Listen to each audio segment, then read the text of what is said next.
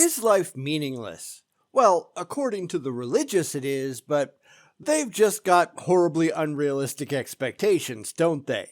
They are simply trying to live in their emotionally comforting happy land where the real world simply doesn't impinge. Then they open their mouths where we can see them and the whole house of cards comes crashing down. So, get ready because here we go again.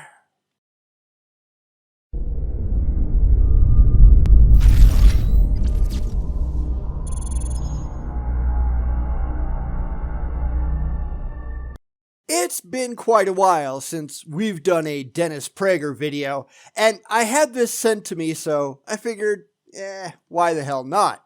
Now, we all know that Dennis has some problems, and that's really kind of an understatement.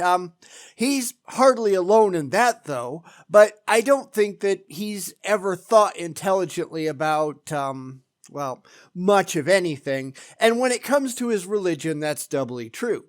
So here's Dennis on a Jewish channel making yet another fool of himself because what the hell else is he going to do? This is why we don't take you people seriously. It's not that hard to understand. Really, please try to do better. Ultimately, it's the most important question the human being has to face, whether or not there's a God. Funny, because I'm finding it hard to find a less worthwhile question that anyone can conceivably ask. It's like asking if there are dragons or unicorns, because there is no evidence for any of it whatsoever. When you've had this kind of irrational bullcrap drummed into your head for your entire life, you might think that it's important. But let's be honest, it absolutely isn't. Because of two huge reasons. One, if there's no God, there's no ultimate meaning to life. All of life is just random chance. Okay, so what? Because this is where the religious just go running off down the primrose path of fifi coddling. So what? Life is what life is. It doesn't matter if you like it or not. It doesn't matter if it makes you happy or not. If that's what it is, then that's what it is. Deal with it. But of course, the religious are really, really bad at that, aren't they? They're out looking for comfort, not reality. The fact that if you fall off a really tall building, you're going to approach the ground at close to 120 miles an hour, which is right around human terminal velocity. You can scream and cry and whine and complain all you want. You can refuse to believe it. You can cry out for your imaginary friend to save you, but you're still gonna splat. Reality doesn't give a crap about your feelings. And maybe you people ought to get that through your heads. It's a fluke. I have no more meaning than a pebble on Jupiter. Yep, welcome to reality. And this is really where the religious make such utter fools of themselves, because they really don't care about reality, do they? They only want to be made happy constantly by the revolving irrationalities swirling around in their heads. The real world doesn't impinge on their immature wishful thinking. This is why I've been very clear, coming to grips with how the world actually is, what is actually going on beyond your noggin. That is basic to the process of growing the hell up. It's realizing that you, in fact, don't matter. And I get that your mother told you that you were special when you were little, but guess what? She was lying to you. You don't mean a thing, not inherently. It doesn't matter if that makes you happy or sad. It only matters if that's true. People don't really wrap their minds around that reality. Life is ultimately, utterly meaningless if there's no God, if there's no designer, no creator. Sure we do. I mean, it's clear that you can't, but anyone rational can do it quite easily. That just means that we have to find meaning where we can and assign our own meaning and our own purpose to our own lives. And that's scary to people like Dennis Prager, who is so weak-willed and weak-minded that he can't handle life without having an imaginary man in the sky telling him what he's supposed to be doing every second of every day. All of this resides in Prager's tiny little terrified mind. And if that's supposed to be something to be proud of, he's wrong. He just is. Maybe, just maybe, he needs to grow the hell up.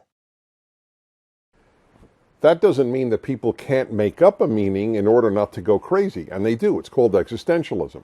You can't look in the mirror in the morning and go, "How you doing, meaningless, you bunch of molecules?" We can't do that. I could. It's quite simple. And this is yet another place where the religious seem to think that everybody is just like they are, but they're almost always wrong. Nobody asked me if I wanted to be born. I just kind of showed up one day and I've been here ever since. And I had to make the best of the situation that I could because I didn't really have a choice. So I came up with my own meaning. I came up with my own goals and my own purpose, and it's been working out pretty well for me so far. That doesn't mean it has to. Hey, I could just make mistakes out of all of it and screw up my own life. Lots of people do that too, and welcome to reality. Nobody cares. Nobody but you. But of course, my life isn't based on fear. It's based on a genuine understanding of the situation in which I happen to find myself and an acceptance of the reality of the world in which I live.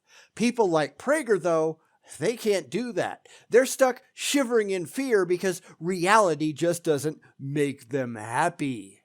Well, too effing bad. Get over yourself. We would go nuts. The human being aches for meaning. By the way, that's one of the arguments I have for there being a God, a meaning giver. The fact that we need meaning. No, we want meaning. You are desperately looking for some invisible imaginary parent figure to tell you what to do because you're just not smart enough to figure it out on your own. This is just basic, though. Everyone ought to be able to come up with their own goals and their own purpose and the things that they want to accomplish in their life. Ought to be.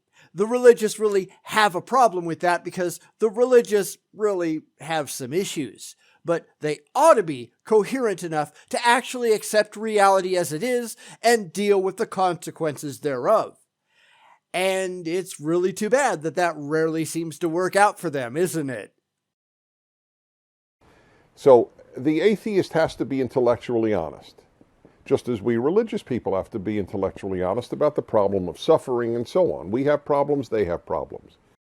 But where we differ is the fact that we are actually honest about the problems themselves. We don't go blaming our problems on some magical spook being mean to us. We look at the world that actually exists, we accept that things aren't how we'd prefer, and we set out to find actual solutions that, at least as best as we can, minimize the pain and the suffering that would otherwise exist. And we're not always good at that, and that's something we have to deal with too. Welcome to reality. Hopefully we can continually get better. It's a constant state of incremental improvement, and sometimes we get it wrong, sometimes we get it right. Yet for people like Dennis, they have lied to themselves throughout their entire lives. That because we can't instantly and magically make everything absolutely perfect, well, we can't do anything at all. And it's why they think they need the help of some magical sky fairy to do it all for us. I mean, how pathetic is that? But they have to be honest, and many are.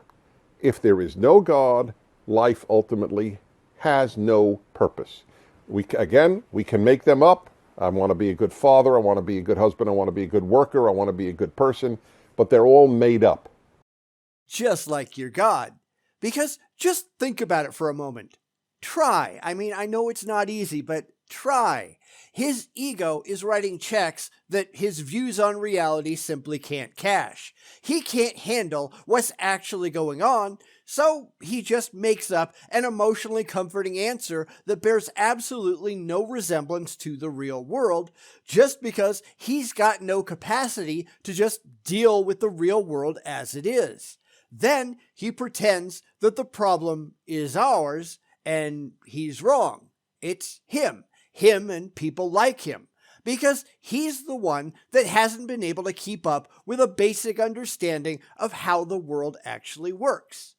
Mostly because he just doesn't care. They don't inherently exist. The second reason is morality. If there is no God, there's no ultimate meaning, and if there's no God, there's no ultimate good and evil. And I'm still not seeing a problem here. I don't know. Where is it? There is no ultimate anything. There is only reality, and your fifis don't remotely enter into it. Of course, they aren't interested in that because it isn't comforting enough. But who the hell cares about that? Nobody should be. But these are people with problems. These are people who have never actually grown up. They've never come to grips with the world that they actually live in. They're still little children who desperately are looking for a cosmic daddy in the sky that's going to make everything automatically better. These people are idiots. They really are. So let me explain for the 50,000th time, and I may not be exaggerating in my life. And you'll be wrong for the 50,000th time too, which, as you say, may not be an exaggeration. Just because you believe it, just because you really wish it was true, just because it really makes your fifis feel good to think that this is so, that doesn't actually mean anything. A proposition is true if, and only if, you can actually demonstrate that it is true. And you people are really, really, really bad at that. But yeah, go ahead. We'll take apart your emotional posturing one more time. Because unfortunately, it'll hardly be the last time we have to do it. That doesn't mean an atheist cannot be a good person. Of course they were good atheists. They were good people who believed in Zeus. They were good Incas. They were good Mayans.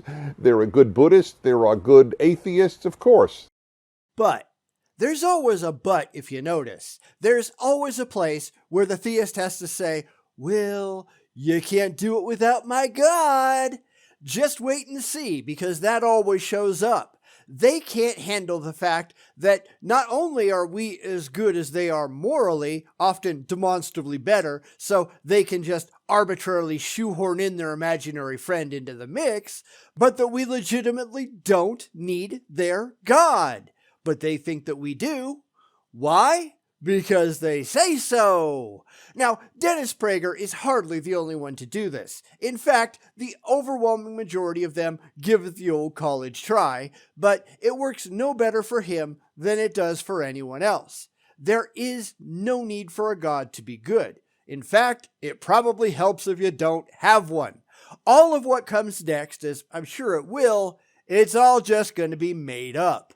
Let's wait and see. But if there is no God, in the final analysis, if there isn't a moral God, then murder isn't wrong. If there isn't a God who says murder is wrong, then who says murder is wrong? Humans. You know, the only moral agents that we can actually demonstrate are real. We can say, yeah, it would really suck to be murdered, or so I assume. I mean, it isn't like I have any personal experience in that, so we will just make rules that murdering people shouldn't be done. We don't permit it in our societies, and we punish the people who do it regardless. Well, unless you're looking at religion. We find a lot of highly religious societies where murder is just fine and dandy. Throwing gay people off roofs, shooting abortion doctors. It's okay because God told me to. No, you're insane. You're hearing voices in your head and you need professional help. But religion has an absurd amount of unearned social privilege, and we really need to do something about that because it really is hurting us all. Luckily, religion is dying out, and it won't be long until all of that unearned privilege is just stamped out. And you know what the religious call that? Religious discrimination. They want to protect their ability to BS the public. And I say, hell no. My society? Well, some societies, many societies said murder is right. So it can't be society. Is it my conscience? Obviously, a lot of people who have done enormous evil have lived very well with their conscience. So conscience is not enough, society is not enough. Only if there is a God who says, "Thou shalt not murder," is murder wrong. Yeah, that doesn't stop the religious much, does it? Because the religious are really good at reinterpreting their books to mean whatever they happen to want it to mean at the moment, right? They're not really commandments, more like vague suggestions that they can follow or not as they happen to wish. Because how many times have you seen the religious posting things like this on social media? Death threats are a regular thing, and I've lost track of how many times one of the God botherers has threatened to kill me, maim me, murder my family, etc., etc., etc. And it's a good thing they're such complete pussies, right? Only if there is a God is Auschwitz wrong, is Gulag wrong, is rape wrong. People don't want to wrap their minds around that either because they want to think, oh, I don't need a God. Hey, I could be good without a God. Yes, there are people who could be good without belief in God. I acknowledge that. And there are bad religious people. I acknowledge that too. Yet you still insist on shoehorning your silly beliefs into things because you just can't handle reality as it actually is. So let me ask you this, Dennis. If you can be a good person without a God, and demonstrably atheists tend to be more law-abiding than the religious do, we've gone through that before and we really don't need to do it again, and religious people can be complete rat bastards, then what's the point of having a God to begin with? It isn't like belief in a God makes people more moral. In fact, by a lot of evidence out there, it makes them less so. So what difference does it actually make in the real world? And I mean demonstrably. I don't care about your feelings. I don't care about what you believe. I care about what you can prove. Yet the religious can't actually prove any of that, can they? All they have are empty claims. Well, my God makes things right or wrong, so there. Well, okay, says you. But you can't do anything more than that, and that's kind of a problem. Well, it is if you actually give a damn about reality, which, of course, none of them seem to do. So, how do we get beyond "we say so" and into something a little more worthwhile? Well, unfortunately, you don't, at least if you're Dennis Prager or any of those of a similar ilk. Because, like most theists, he doesn't care at all. It's just, here's what makes me happy, so it's gotta be true. And anybody who doesn't believe me, well, they're just mean poopy heads. It just never rises above the level of absurd, asinine rhetoric. You think your God is responsible for morality? Cool. Prove it. Your word isn't enough. Your book isn't enough. You'll have to do a whole lot better than that, and you have absolutely nothing of substance whatsoever to present. And whether you like it or not, that's a problem for your side. And I know your side just isn't smart enough to figure that out, but the rest of us, the ones who are just sitting here rolling our eyes, we've figured it out, and we know you're idiots. Those are separate questions from, is there an objective good and evil if there is no God? And the answer is no. First off, who says there is an objective good and evil in the first place? I mean, we know that you want there to be. We know that in your tiny little head you think there has to be, but that doesn't mean that there actually is. Secondly, how exactly did you come to that conclusion?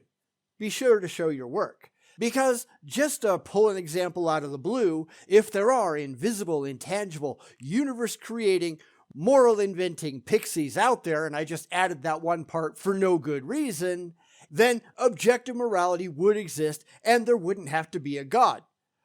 Or, and this is going to blow your mind, if you were using it in the first place, which you're not, but go look up the Eryphro dilemma. If God supposedly came up with objective morality, it can't possibly be objective because it's just God's opinion.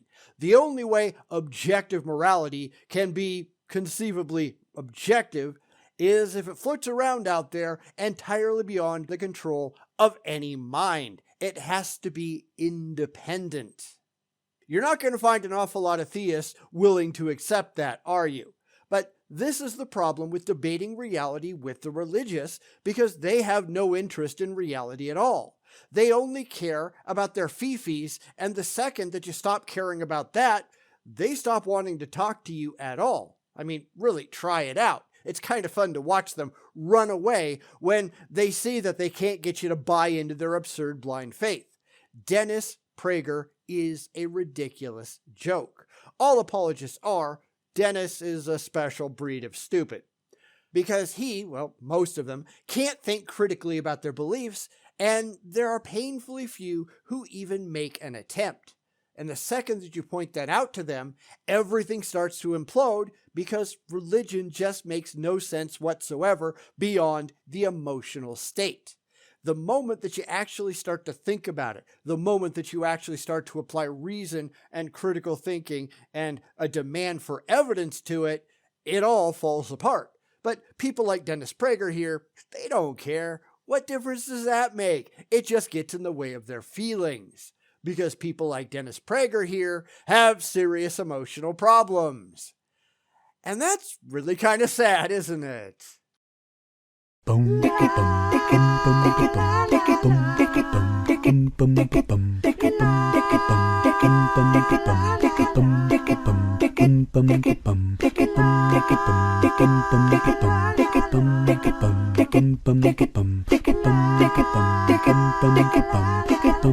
Bum